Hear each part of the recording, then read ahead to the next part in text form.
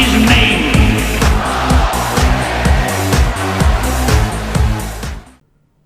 It's Banned Books Week, and I thought to commemorate the occasion I would do some readings from various books that have been banned in various places for various reasons. And I was curious to see how YouTube would react to some of these things, to kind of see how hard government censorship marries up to soft financial or private censorship. Today I'm going to be reading an extract from Apocalypse Culture, which was a collection of essays and articles put together by Adam Parfrey. Adam Parfrey was an interesting fellow. He died in 2018, but he kind of made it his life's mission for much of his life to expose and explore transgressive things via Amok Press and Feral House. Feral House being the one that published Apocalypse Culture and a revised version, Apocalypse Culture 2. The version this was taken from was the one that was published in Russia and banned because of drugs propaganda. In fact, this essay that was excised from it later on apparently is a little bit tricky to find online as part of the collection of essays, as part of Apocalypse Culture, but you can find it independently. So, without any further ado, The Ketamine Necromancy by David Woodward. Ketamine was introduced by God to give dead people a means of communicating with us, the living. Since the 60s, millions of living persons have thus chemically entered a state of illuminative communication with the dead, though perhaps only hundreds of thousands have done so willfully. When I was 6 years old, I was laid up in traction in a children's IC ward following a traumatic bicycle accident in Santa Barbara. A leg, a rib, and a finger had been broken. Although I was in a state of shock, a kind Filipino nurse allowed me to participate in my own ketamine administration before surgery. Responding to my abject terror, the smiling nurse fixed my hands on the syringe and provided guidance. I eased the needle into the flesh and muscle of my left buttock. She let out a little loud, said, "That wasn't so bad now, was it?" and resuming the reins depressed the plunger. Soon I entered a near-death experience, NDE. I met and spoke with the spirit of the little girl on the other side of the curtain surrounding my bed. She had fallen from a horse and we were both observing our bodies while hovering near the ceiling. The spirit of another little boy was also present, and the three of us were united in a state of awe and thrall. The little girl calmly said that she would remain. When I later regained consciousness and inquired about her, I was told by my parents that she had died during my surgery.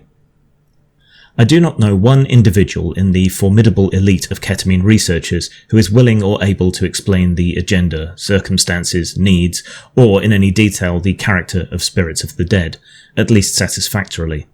These brave pilgrims walk within our city walls, amongst our cobblers, speed dealers, politicians, homemakers, hitmen and Sunday school teachers, harbouring grave secrets they themselves cannot access, for paranoid dead interlocutors, holding tremendous stock in privacy, have conveniently disabled mortal memory.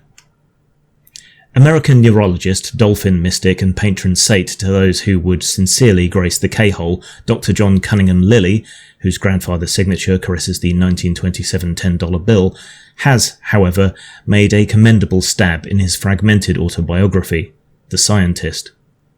Here, Lilly has identified the ketamine mystique as a linguistic matter. Language is an opaque smokescreen from which one may completely withdraw in order to see something outside of our viciously protected worldly illusions. Ketamine does bring one to a figurative and literal speechless state, in which one is suspended in spiritual animation beyond words, utterly disinterested in and impervious to their influence. The information one receives, regardless of its immediate comprehensibility, cannot be translated into words. It is, thus, pushed back into the subconscious as ketamine's effects wear off, and the subject's familiar linguistic grid resumes position, obfuscating the new knowledge. Here is how Lilly describes a ketamine experience, stated in the present tense, though obviously written ex post facto. I am in a peculiar state of high indifference. I am not involved in either fear or love. I am a highly neutral being, watching and waiting. This is very strange. This planet is similar to Earth, but the colours are different. There is vegetation, but it is a peculiar purple colour. There is a sun, but it has a violet hue to it, not the familiar orange of Earth's sun. I'm in a beautiful meadow with distant, extremely high mountains. Across the meadow I see creatures approaching. They stand on their hind legs, as if approaching. They are a brilliant white and seem to be emitting light. 2 of them come near. I cannot make out their features, they are too brilliant for my present vision. They seem to be transmitting thoughts and ideas directly to me. There is no sound. Automatically, what they think is translated into words that I can understand. Lilly's research in the 50s, during which he established interspecies rapport with dolphins, had shown that the dolphin's intelligence is more advanced than man's, his compassion for others greater, his language more refined, his brain, though basically similar, a more complex and evolved organ than man's.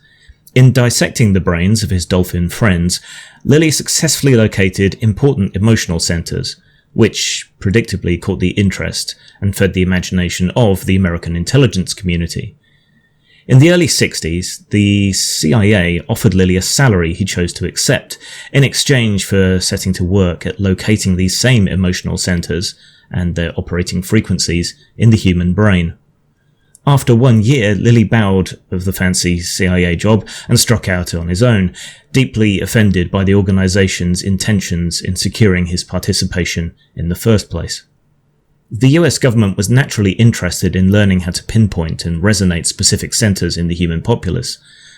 Toward that end, the distinctly American science of radionics would eventually emerge, i.e. the high-power transmission of basic, unquestioning thought patterns and emotions associated with obedience and submissiveness, broadcast over vast geographic areas. Lilly's own mystical predilection for the scrying of coincidence, rather than furtive control over others, couldn't have placed him at greater odds with the organisation. In the chapter Seduction by K, we find prominent occurrence of Lilly's own acronym, CCCC, or Cosmic Coincidence Control Center, the ultimate governing body over the universe, and ECCO, or Earth Coincidence Control Office, our local attaché to whose rudimentary council of elders one, if worthy, may aspire. The aspirant must subject to extensive and careful ketamine experimentation, abidingly observing successive dosing within the 100 to 150 mg range. Following is a list of the states of being one may achieve through injections of ketamine, as per Dr. Lilly's dose guidance curve. 30 to 50 mg places one into I, internal reality. 75 to 100 mg places one into they, or extraterrestrial reality. 150 to 200 mg places one into we, or network of creation. And 300 to 400 mg places one into you, or unknown. Until recently, one could quasi-legally order ketamine in those states where it did not appear in the Health and Safety Codebook. Slowly, throughout the 90s, free states diminished as codebooks piled up. On August 12, 1999, US Attorney General Janet Reno officially named ketamine a DEA Schedule III narcotic, making unauthorized possession a felony anywhere in the United States. It is no coincidence that Dr. Alexander Shulgin focused primarily on the legal status of ketamine in the introduction to his classic sourcebook, Controlled Substances, Chemical and Legal Guide to Federal Drug Laws. Ketamine is indeed the kidnapper's, rapist's, and hitman's dream drug, imparting through disassociation between the victim's ego and an anesthetized body. Within 5 or 6 minutes of intramuscular injection, easily administered by a smooth operator sans restraint assistance, the victim is impervious to and unaware of their environment and body. They have also forgotten the notion of ever having occupied a body or been alive, though the eyes may remain open as the mind remains deeply engaged in cinematic and somehow irrefutable hallucinations. Over the next hour, the seasoned professional may conduct business with less anxiety and tremendously enhanced confidence, particularly where one is called upon by precarious circumstances to neutralize a subject. More importantly, however, ketamine holds a strong promise for use in necromancy and black magic.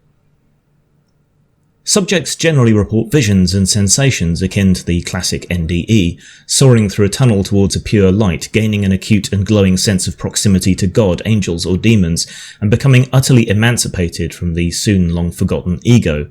personality, and physical self-concept. But what is often gapingly absent in a report is the portion of the subject's experience as he or she enters the pure light. This is probably not an intentional omission on the subject's part, but rather a severe memory lapse due to his or her lack of inner strength to defeat dead people's often crafty memory screening techniques. Although ketamine is a drug administered and experienced by living beings, the necromantic communications facilitated by its use tend to benefit the dead, offering their spirits a tantalizing portal through which they may experience the world of the warm-blooded. Perhaps the dead are desperately clustering around an elusive window that they have been chasing down for 5,000 or 6,000 years of gnashing, burning, excruciating torment. Perhaps one of them would manage to claw his way into the ketamine user's fleshy nubile brain for a 56-minute respite. Such communication seems a match of spirits. At times fencing, at others playing mahjong, or a game of decapitate the endless row of tractor drivers or amputate the handicapped. In a ketamine experience, you are likely to become a subatomic particle sniffing at the ominous butt of nuclear war, the pinnacle of NDE-driven necromantic glory and the greatest hope of all dead spirits that are not enjoying themselves. William Burroughs said that a nuclear explosion offers total annihilation of the soul, but what do subatomic particles have to say on the matter? For the mindful juvenile delinquent, ketamine is easy to obtain anywhere in the US, and the body of literature concerning its mindful acquisition, as well as that of pharmaceutical drugs in general, has grown steadily since the mid-70s. As crime expert, renowned Kabbalist, self-styled entheobotanist, and former LAPD officer Tom Mount advises in his occasionally adroit memoir, From There to Here in No Time, find a remote animal clinic known to treat felines. If the wearing of gloves seems to you potentially conspicuous in the chosen situation, prudently double coat all fingertips in verathane and allow to dry thoroughly. Discreetly pay your visit well outside of business hours, of course. Always cut power first, then phone lines. Carefully break a small, inconspicuous window, ideally leading to a bathroom or directly to the storeroom. Be sure not to cut yourself. Quietly enter the building with a low luminescence flashlight and promptly locate the pharmaceutical cabinet. Break open and relocate all ketamine vials, individually boxed or unboxed, generally stored in 6-packs, to an inconspicuous shoulder bag. Familiar brand names include Ketaset, highest quality, industry standard, Ketaject, and Vetamine. Leave immediately and very carefully. You may prefer to purchase your ketamine over the counter at Pharmacia, open to the public. In Mexico, your Cuero Ketamex, the pervasive and inescapable brand. Bear in mind that attempting to conspire to transport any quantity of ketamine across the Mexican border into the US is a felony. As of August 12, 1999, however, ketamine's prescription-only human use is officially sanctioned through its DEA Schedule 3 status.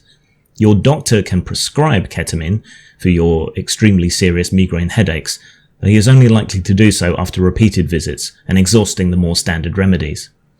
In addition to the doctor's bills, you can expect the Rite Aid pharmacist to ring up $185 for your 5ml vial of ketamine, over 50 times the price a veterinarian, or fake veterinarian, pays. Prefer to play it safe and cheap? Spend a few infraspiritual days and nights perpetually taking the drug in your Rosarito Beach hotel room and discreetly solicit smuggling tips from spirits of dead people you meet in the room during that time. You now have death itself on your side. As far as your new dead spirit friends and associates are concerned, you absolutely must be equipped wherever you go. Be careful, forfend thyself, and remember that you are right. Decline to allow customs officers and policemen to see how much you know you are right, for after presiding over the plight of the dead, you will naturally be inclined to show that most suspicious and incriminating, though subtle, facial expression and general deportment of all, the look of God. God shouldn't have to worry about being sodomized in a Mexican jail for 10 years, only to have his eyes inoculated and his raw empty sockets fucked and dripping cum for another 20 years before being assigned a court day. Blend in. The secret is the secret, wherever you go, dead or alive, period. Nowadays, ketamine is used primarily for short-duration feline anesthesia. It is the anesthetic of choice for feline spaying and neutering operations.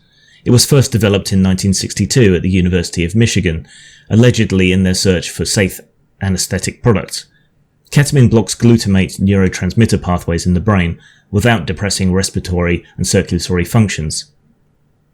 The drug was first mass-produced by Park Davis under the brand name Ketamine, and was used extensively in Vietnam War field surgery procedures and as a buddy drug, where its profoundly religious emergent phenomena was quickly noticed, offering brave American GIs a little insight into their glorious predicament, a golden door. Ketamine is still used in hospitals, particularly if the patient is a young child, burn victim, skin graft subject, or prepubescent victim of sexual abuse. In the latter case, the genitals and rectum are routinely and thoroughly examined for evidence by a team of forensic experts, whilst the understandably distraught young subject is safely restrained under heavy 600 to 800 milligrams of ketamine anesthesia. Solidly bar all possibilities of other people in any way interfering, interfacing with, or interrupting your ketamine experience. The physical presence of others may threaten to create an unpleasantly disorienting atmosphere, compelling normally gentle spirits to suddenly grow tense and inadvertently pull you too close, as in the famous case of D.M. Turner and Marshall Moore. Moreover, the visage of you lying there unconscious may serve as an invitation for a mischievous roommate, trespassing policeman, errant spouse, or troubled teen to kidnap, rape, drown, or decapitate you, perhaps showing your freshly sloughed genitals deep into your open-ended mouth for a graceful flourish, without you ever being the wiser. Secure your materials, at least one 10ml, 1000mg vial of ketamine, and a package of 1cc ultrafines. Select and prepare the room for your experience carefully.